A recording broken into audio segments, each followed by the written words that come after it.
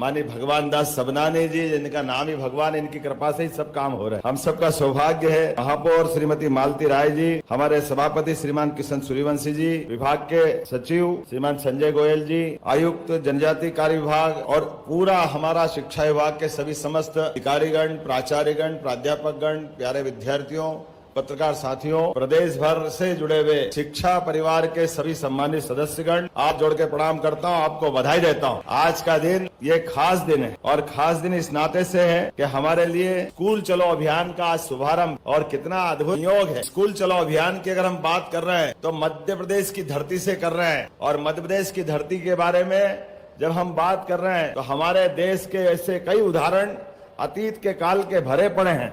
जिन उदाहरणों की तरफ हम देखेंगे तो हमको लगता है कि उदाहरणों से उस समय की घटनाओं के बारे में पुनर्विचार करने की जरूरत है। एक बार फिर हमको अपने अतीत के उन घटनाक्रम पे ठीक से उसका एक तरह से रिसर्च करने की जरूरत भी है। कई जगह हमको सुधार करने की जरूरत, जैसे एक दो विषय मैं आपको वैसे ही चर्चा में बताना चाहूंगा। हम सब जानते हैं भगवान कृष्ण ने कंस को तो मारा, लेकिन कंस को मारने के बाद भी ये जो स्कूल चलो अभियान ये 5000 साल पहले चला था। जोरदार अभिनंदन करें बोले गोपाल कृष्ण भगवान की। वो 11 साल की उम्र थी जब उनने कंस को मार करके अपने पराक्रम के बलबूते पर कंस के कुशासन का अंत किया। लेकिन शिक्षा की महत्ता क्या है, उस समय के तत्कालीन समाज ने कंस के मारने के बाद निर्णय किया कि भगवान कृष्ण ने बड़ा काम भले ही कर दिया है, लेकिन इनकी शिक्षा दीक्षा बाकी है। तो शिक्षा की महत्ता के आधार पर हमारे उस समय के ऋषि मुनियों ने, हमारे समाज के सभी गणमान्य लोगों ने निर्णय किया कि इनकी शिक्षा कराना चाहिए और शिक्षा कराने के लिए पूरे देश में ध्यान दौड़ाया। कहाँ भेजें, किनके स्कूल में भेजें। तो आज हम उस समय गुरुकुल बोलते थे, आज स्कूल बोल दें तो वो सांदीपनी आश्रम का स्थान उज्जैन में था, इसलिए उज्जैन में उनकी शिक्षा कराने के लिए पहुंचाया। अब आप अंदाज लगा लो, स्कूल के कई उदाहरण हमको आपको सबको जीवन में काम आएंगे। मित्रता का उदाहरण, भगवान कृष्ण की सुदामा से मित्रता हुई स्कूल में, अर्थात सांदीपनी आश्रम के गुरुकुल में, जिसको जीवन भर नहीं भूले।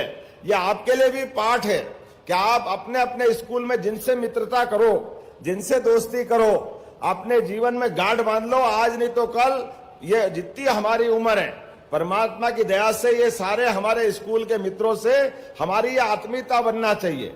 आप तो बच्चों भाग्यशाली हो, मैं भी उसी तरह का हूं।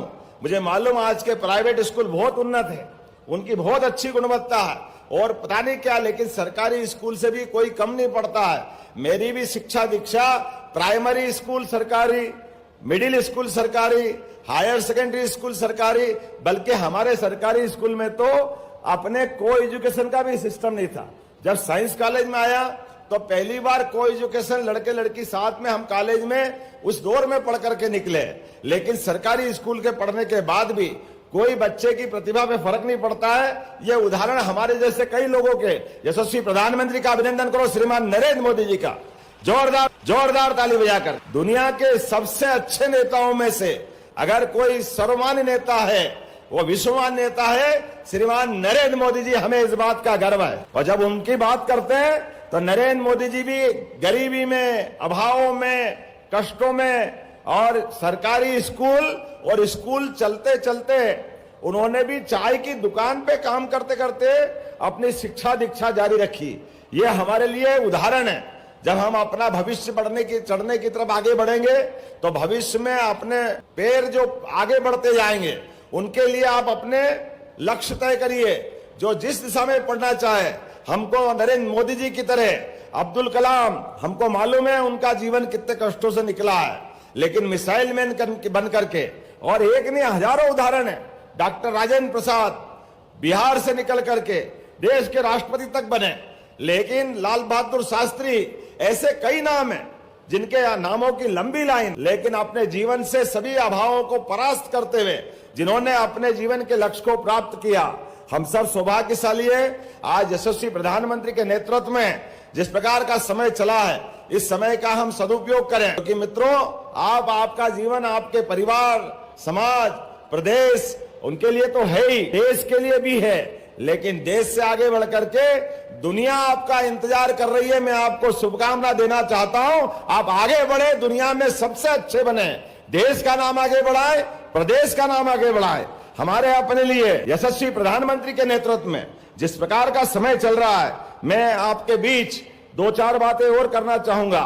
यशस्वी हमारे उद्योग मंत्री ने कहा, श्रीमान चेतन कश्यप जी के लिए जोरदार का अभिनंदन करें। चेतन कश्यप जी के लिए, चेतन कश्यप जी ने कहा है कि उद्योगों का माहौल जो मध्य प्रदेश में बना है, कितना अच्छा लगता है।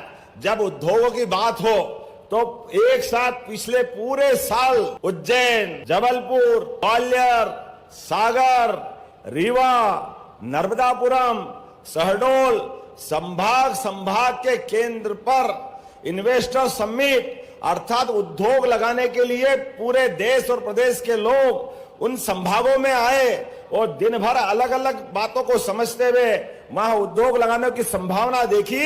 और मुझे इस बात की प्रसन्नता है, संभाग स्तर पे होने वाली हमारी इन्वेस्टर समिट के आधार पर आज 60% से ज्यादा लोगों ने अपने उद्योग लगाने की दिशा में काफी आगे कदम बढ़ा दिए।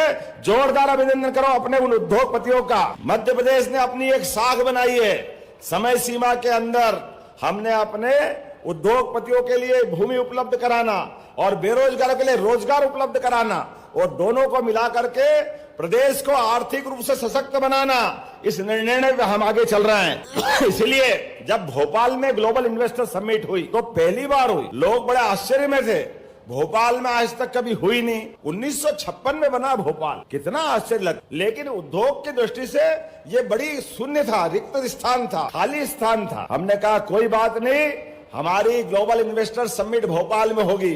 लोगों ने कहा कहां कराओगे, रुकने की जगह नहीं है, इतनी होटल नहीं है, ठहरने का क्या करेंगे। हमने कहा हम उद्योगपति को बुला रहे हैं, और उद्योगपति इन्वेस्टमेंट करने आते हैं तो जंगल में भी होटल नहीं होते, वो टेंट तंबू कैंप पे ठहर जाएंगे, लेकिन उनका इंतजाम भोपाल में ही किया जाएगा।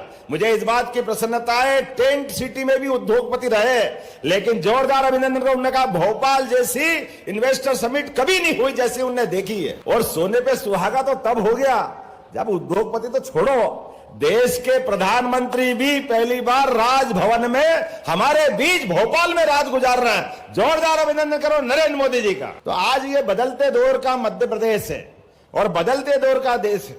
ऐसे समय में क्या उद्योगपति, क्या मुख्यमंत्री, क्या प्रधानमंत्री, क्या सारे मंत्री, क्या अधिकारी, हम और आप सब मिलकर के इस प्रदेश को आगे बढ़ाने का हम संकल्प ले रहे हैं। तो हमारे प्रदेश को आगे बढ़ाने का संकल्प आज हम ले रहे हैं।